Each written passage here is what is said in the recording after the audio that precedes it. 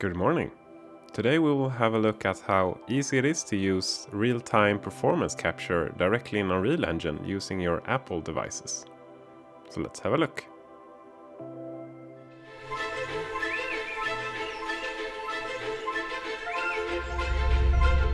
So first out, we need to download the app. It's a free app called LiveLink. Here you can find LiveLink Face from Unreal Engine. So simply download it and then open up the app. Go into the settings and head into the first menu called LiveLink. So here we can connect the iPad to the computer. So simply hit Add Target and type in your IP address. If you don't know your IP address, you can, using Windows, press the Windows search menu and type in CMD and then type in ipconfig. Down here you can see your IP address, which is obviously blurred for security reasons. Simply enter that IP address into the app. You can leave the port as it is by default. Next out, you want to enable stream head rotation, and then you can head over to Unreal Engine where we'll continue. Here we are in Unreal Engine. This is a simple scene I've set up with a MetaHuman walking towards the camera. So you can drag and drop your MetaHuman into the level. And that's all you need to do. I've made some extra steps, but these aren't necessary at all. You can go ahead and create a sequence and then drag and drop the MetaHuman into the sequence. We will need some project plugins, however. So open up the plugins window and search for LiveLink. Here you want to enable the first two ones, LiveLink and LiveLink Control Rig. Then search for Apple and enable the Apple AR Kit and the Apple AR Face Kit support. Then you must restart the engine to make sure that these changes apply. If you're experiencing issues with your MetaHuman's hair, then this is probably due because of the LOD system. So go into your MetaHuman blueprint and then under LOD sync, change the forced LOD from -1 to 1. And this will make sure that the MetaHuman is always running at the maximum resolution and LOD level. And then finally select your MetaHuman and enable Use AR Kit Face. In the drop-down menu from the face subject, select your Apple device, in my case the iPad. And now you can see that the facial capture is translated from the iPad over to the MetaHuman in Unreal Engine.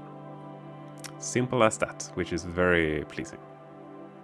Oftentimes things in Unreal are very difficult, but this particular thing is quite easy and surprised me in its efficiency. Every face is different. So you need to make sure that you calibrate it for your face. You do this by pressing this small icon in the lower right corner and press Recalibrate. Here you want to make a very neutral face and you need to compensate for your lips.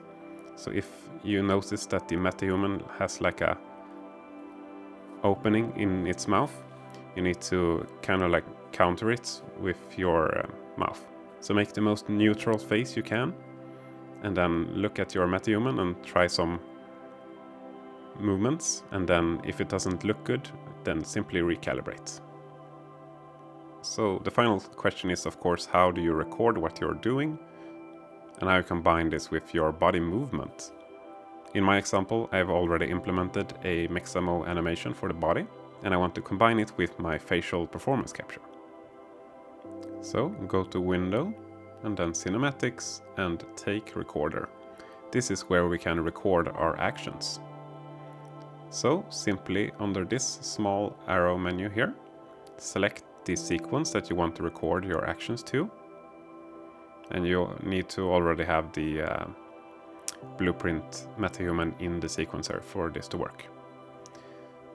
And here you can change the take. And then it's only a matter of hitting record, and then it counts down from 3, so you can prepare before the take.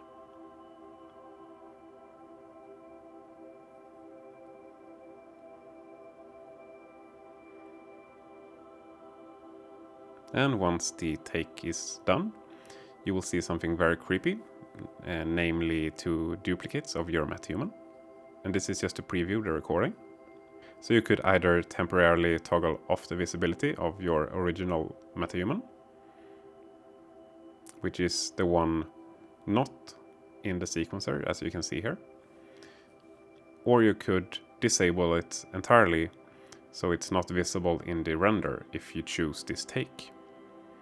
You do this by typing visi, or visibility, or visible, and then simply enable the visible setting for each body part of your MetaHuman. Doing this will leave only the recorded MetaHuman visible, which you then can render. This step is a bit tedious, but you only have to do it if you're rendering. And here you can see the final output. It's not a perfect facial performance capture by any means, but considering you can do this with only your iPad or iPhone, it's pretty remarkable in my opinion. The saved sequence you will find in a separate folder called subsequences. And if you want to re-record, you can simply select the sequence once again, then change the take number. Thank you so much for watching, and goodbye.